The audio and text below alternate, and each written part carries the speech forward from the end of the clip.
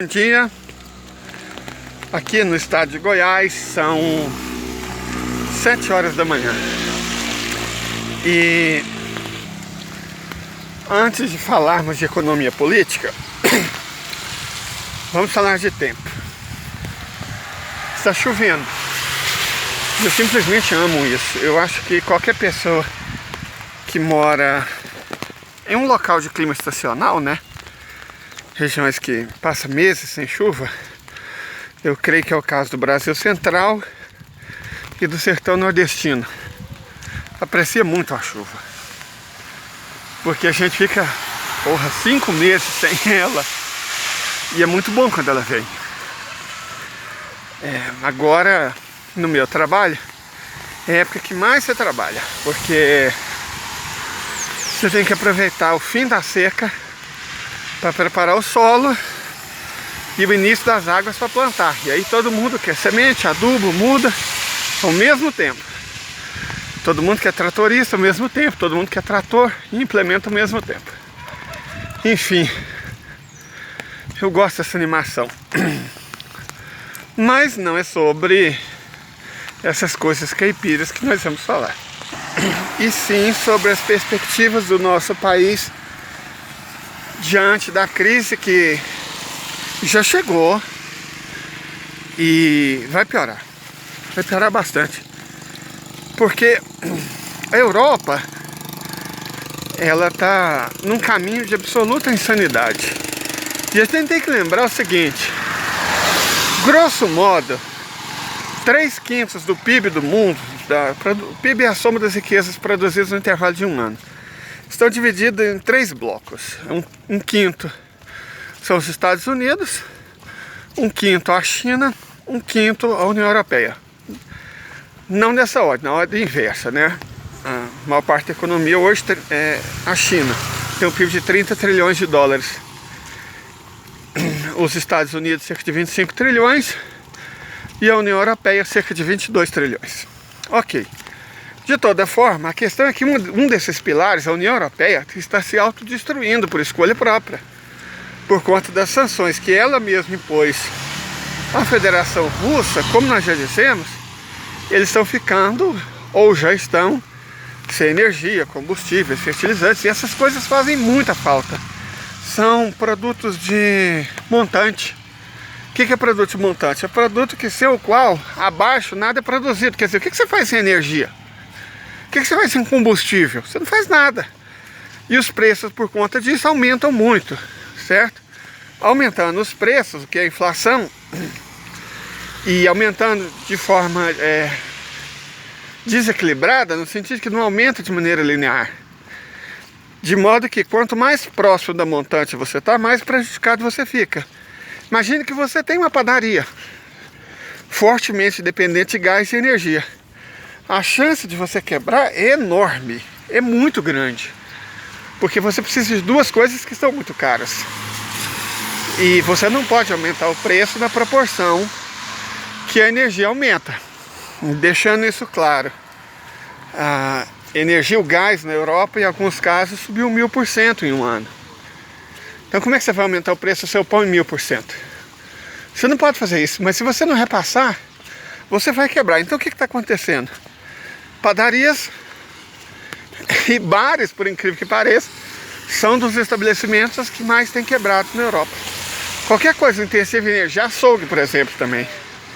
Então, a Europa vai mergulhar numa profunda crise econômica, social, porque milhões de pessoas vão perder seus negócios, vão perder seus empregos, e o Estado já gastou, no caso da União Europeia, €500 bilhão para socorrer grandes empresas de energia. Quer dizer, as grandes empresas são socorridas, as pessoas não. As pessoas que se lasquem, mais ou menos como acontece no Brasil, não é?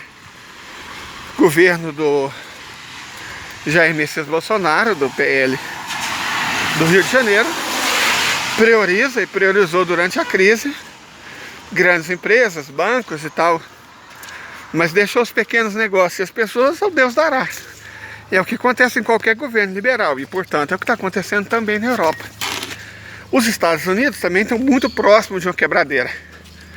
Mas aí por uma questão um pouco mais diversa, que é o excesso de dívida.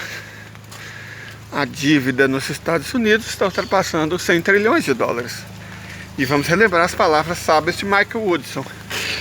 Uma dívida que não pode ser paga, 100 trilhões de dólares não pode ser pago, não será paga. Então essa dívida não será paga. Qual que é a consequência? Não só para os Estados Unidos, mas para a economia mundial. Para quem os Estados Unidos devem? As consequências serão dramáticas. Então, estamos numa situação em que, vejam bem, a Europa escolheu quebrar, né? E os Estados Unidos estão quebrando. Ruim, muito ruim. A China está de boa na lagoa. A China diminuiu o crescimento. Sim, porque ela não é besta. No momento de mar turbulento, a prudência sempre é recomendável. Então, hoje, dos 3 pilares da economia mundial, só um se mantém e vai se manter de pé. Os outros, bom, os outros estão caindo ou vão cair. E as consequências para o mundo serão dramáticas. Some-se isso à guerra. A guerra que está escalando não é uma coisa qualquer, certo? Se ela se ampliar, como eu desejo o plano dos Estados Unidos, bom, as coisas vão ficar bem mais complicadas do que já estão. Certo? Uma guerra mundial afeta muito todas as pessoas. E o Brasil não está preparado. Graças aos 2 últimos governos liberais, o Brasil abriu mão da sua indústria. Nós já fomos um grande exportador industrial. E eu me lembro bem que 7 anos atrás, os principais itens da pauta de exportação brasileira eram equipamentos de transporte. Avião, navio, ônibus. Era isso que o Brasil exportava principalmente. E aí, graças à ascensão do agronegócio, a indústria brasileira foi destruída, né? Para o câmbio ficar favorecido para esse setor primário atrasado da economia. E agora a gente vende cadáveres de animais, sementes e pedras. Chama isso de carne, grãos e minério para a pessoa se sentir melhor, mas é o que a gente vende. E outra, além da nossa base industrial ter sido destruída, e isso é um problema em tempo de guerra, o Brasil, graças ao presidente Jair Messias Bolsonaro, do PL do Rio de Janeiro, e ao golpista Michel Temer, do MDB do estado de São Paulo, entregou suas riquezas energéticas. Olha que loucura! BR distribuidora, refinarias, fábricas de adubo, transporte, né? Oleodutos. A BR distribuidora entregou praticamente o pré-sal inteiro. Olha que loucura! Que país do mundo soberano entrega o petróleo? Então entregou-se tudo isso para o estrangeiro. A Eletrobras, ela não foi privatizada, ela foi doada. Então, ou o próximo governo desfaz isso, ou não vai mudar nada. E em tempo de guerra, e em tempo de crise profunda, não só econômica, como política, ambiental, social, a pior coisa que você faz quando tudo está ruim é não mudar nada. Porque a grande questão é que se você continua fazendo as mesmas coisas, o resultado vai ser o mesmo, isso é óbvio. Então não interessa se o presidente Lula vai ser eleito. Se ele não agir com firmeza e mudar, desfazer tudo de nefasto e perverso, estúpido, entreguista e traidor que o presidente Jair Messias Bolsonaro, do PL do Rio de Janeiro, e o golpista Michel Temer, do MDB de São Paulo, fizeram, nosso país está lascado. E aí essa chuvinha que vocês estão vendo vai virar simbolicamente uma tempestade.